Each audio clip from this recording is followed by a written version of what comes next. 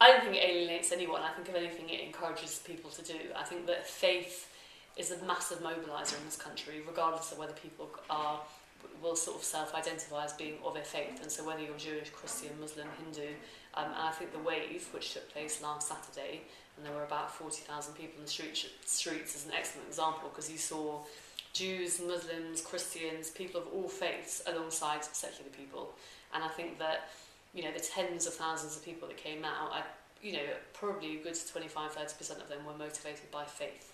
And I think that what it does is say to people, not only that is this a human issue, but this is something which, as a person of faith, you should be inspired to do something about.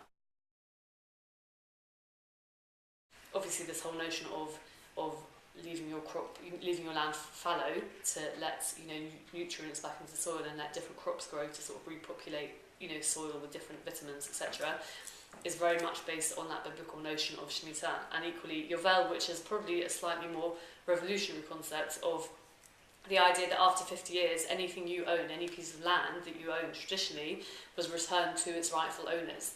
And that very notion is based on the idea that actually we do not own physical earth. Humans do not have the right to own a piece of land, and that, just in case you've forgotten, biblically every 50 years that piece of land went back to where it came from. So, obviously there's a whole host of other things you can read into that, but the idea that humans need to be reminded that the world is not theirs for them to do anything they like with it, and I think that is a very translatable into modern day, into the modern day context and the modern day debate on climate change.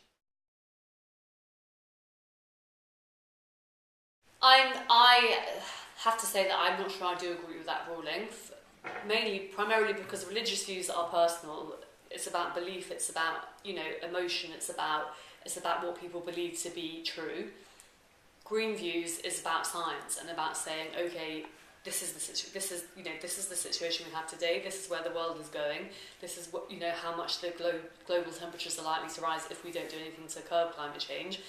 And actually, they're provable, they are absolutely sort of foolproof in their scientific sort of basis, and obviously there is a whole lot of controversy around that, but the majority of scientists agree around a general consensus that the world is getting warmer, and that's as a result of human behaviour. And I think that actually, if anything, religious views can be challenged or can be debated to a greater extent than green views, because green views are about scientific evidence and saying this is what we have to do to stop this from happening, and this is how we behave responsibly. And I don't think that they are the same thing.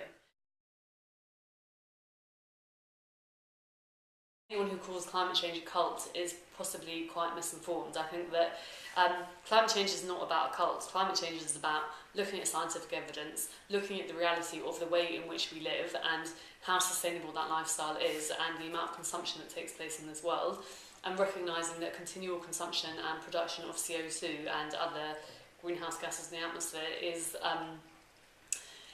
obviously going to result in the Earth warming. That's not cultish. That's looking at evidence and recognising that the world cannot sustain 6 billion, soon to be 9 billion people living the way we live without there being some major catastrophic change to the world's temperatures.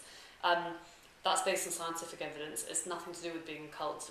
The idea of being a religious, a green movement based on religious beliefs is about saying religion inspires people to do things, belief inspires people to do things, and people are part of any group, in whether it's religious, whether it's a football team, whether it's a community organisation, because they want that group to achieve something and to do something good in the world. Whether you're Christian, Jewish, Muslim, Hindu, Buddhist, whatever that religious grouping you're a part of, it's about saying we have something to say about the world in which we live. That's not cultish, that's just looking at the evidence.